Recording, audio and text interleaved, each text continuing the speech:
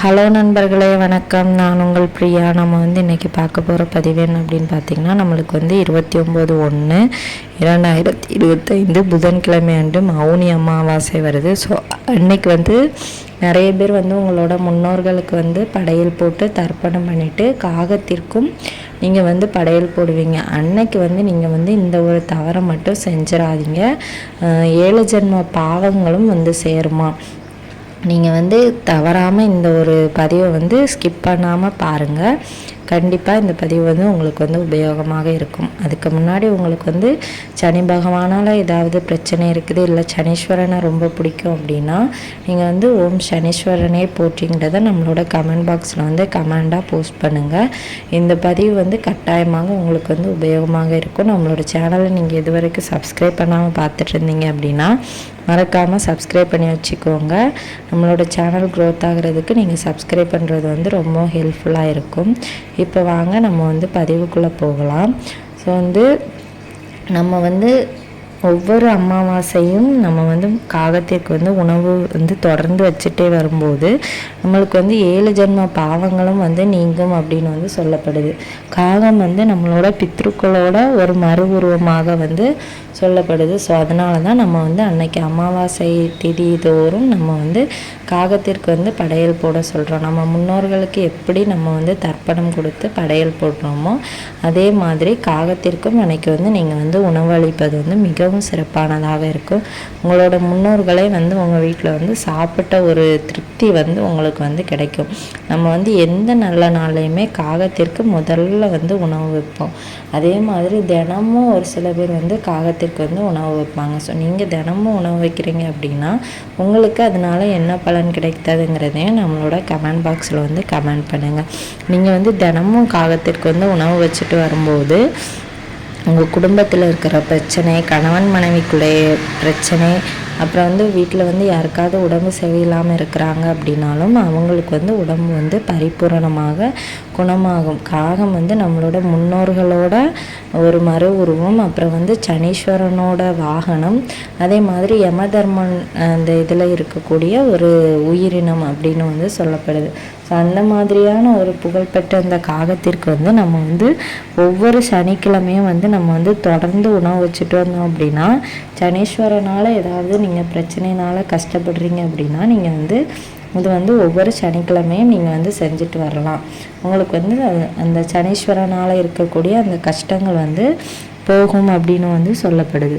So நீங்கள் சனீஸ்வர பகவானால் ரொம்பவும் கஷ்டப்பட்டுட்டு இருக்கிறீங்க அப்படின்னா நீங்கள் சனிக்கிழமை காகத்திற்கு உணவு வைங்க. கட்டாயமாக உங்களுக்கு அந்த பிரச்சனையிலேருந்து நீங்கள் விடுபட முடியும். அதே மாதிரி இந்த காகம் நம்ம ஏதாச்சும் காகங்கள் அடிபட்டிருந்தாலோ இல்லை அந்த ஒரு சில விஷயத்தில் இந்த காகம் மனிதனை விட அதிகமாக நினைவாற்றல் கொண்டதாக சொல்லப்படுது. ஒரு சில பேர் மேலே கோபம்லாம் இருந்தது அப்படின்னா அந்த காகம் டக்குன்னு தலையிலலாம் தட்டிட்டு போகும். ஸோ அதெல்லாம் நிறைய பேர் பார்த்துட்டு திட்டுவாங்க. ஆனால் ஏதோ ஒரு விஷயத்திற்காக அது அப்படி செய்யுது. இதை காலத்தை கணிக்கக்கூடியதான். முன்கூட்டியே காகத்திற்கு நல்லது நடப்பது கெட்டது நடப்பது எல்லாமே தெரியுமா. ஒரு சில நேரங்களில் அது நம்மளுக்கு அறிவுறுத்தும் அப்படின்னு கூட சொல்லப்படுது. ஒரு சில நேரங்களில் அது நம்மளுக்கு தெரியப்படுத்துமா உங்களுக்கு இந்த மாதிரி விஷயங்கள்லாம் நடக்க போகுதுங்கிற அந்த அளவுக்கு காகம் நம்மளுக்கு கூடயே இருக்கும் அப்படின்னு சொல்லப்படுது. ஸோ நீங்கள் ஒரு காகத்திற்கு ஒரு நாள் 2 நாள் தொடர்ந்து உணவு வச்சுட்டு வந்தீங்க அப்படின்னா, ஒரு நாள் வைக்காமல் இருந்தீங்க அப்படின்னாலும் அது உங்களை நினைவு வச்சு உங்கள் வீட்டில் அந்த டைமுக்கு உங்களை காக்கான்னு கரைஞ்சி கூப்பிட்டு அந்த சாப்பாடு கேட்குமா. அந்த அளவுக்கு நினைவாற்றல் கொண்டது இந்த காகம். காகம் என்னதான் நான்வெஜ் அது இதுன்னு அதுவாக தேடி போய் சாப்பிட்டாலும் நம்ம காகத்திற்கு உணவு வைக்கும்போது செய்யக்கூடாத தவறு என்ன அப்படின்னு பார்த்தீங்கன்னா, நம்ம கண்டிப்பாக காகத்திற்கு நான்வெஜ் வைக்கவே கூடாதாங்க. அப்படி வச்சோம் அப்படின்னா அது சாப்பிட்டாலுமே நம்மளுக்கு அந்த 7 ஜென்ம பாவங்களும் சேர்த்து நம்மளுக்கு பாவ பலன்களை கொண்டு சேர்க்குமா. தெரிஞ்சே செய்கிறதுனால நம்மளுக்கு அந்த அளவுக்கு அது வந்து ஒரு கெட்ட விஷயமாக வந்து சொல்லப்படுது. அதே மாதிரி நீங்கள் வந்து காகத்திற்கு வந்து அந்த கெட்டு போன இட்லி, ஊசி போன சாம்பார் இதெல்லாம் வச்சு சாப்பாடெல்லாம் வைக்கக்கூடாதான். எது வச்சாலுமே நீங்கள் வந்து சாப்பிட்றதுக்கு முன்னாடி ஃப்ரெஷ்ஷாக ஒரு கைப்பிடி அளவு கூட நீங்கள் வச்சாலும் போதுமா. பழசு கெட்டு போனதெல்லாம் கண்டிப்பாக வைக்காதீங்க. அதே மாதிரி நீங்கள் வந்து இந்த காகத்தை வந்து சாப்பாடு வைக்கிறீங்க அப்படின்னா அந்த இடத்த தரையில் வைக்கிறீங்க அப்படின்னா தரையை லைட்டாக தண்ணி விட்டு தொளிச்சிட்டு அதுக்கப்புறமா வைங்க. இல்லை தரையை கழுவி விட்டுட்டு கூட நீங்கள் வந்து வைக்கலாம். படையல் போடுறீங்க அப்படின்னா வாழை இலை கிடைத்தது அப்படின்னா அதில் வைங்க. அது சாப்பிட்டுட்டு உங்களை வந்து வாழ்த்திட்டு போகும்.